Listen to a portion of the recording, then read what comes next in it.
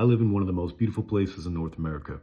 Everywhere you turn around, there's splendor. So sometimes I'll be on my way home from work, or I'll just be out and about on my way to the grocery store, and I'll get a feeling that I just want to kind of stop and chill for a minute, take in the view. This is the kit that I have in my car to spontaneously chill with.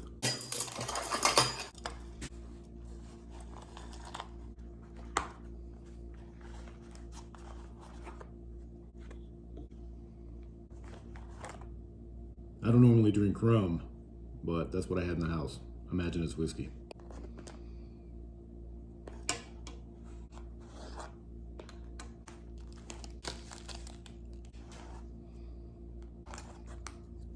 This is a little portable ashtray in case I'm smoking cigarettes instead of a pipe.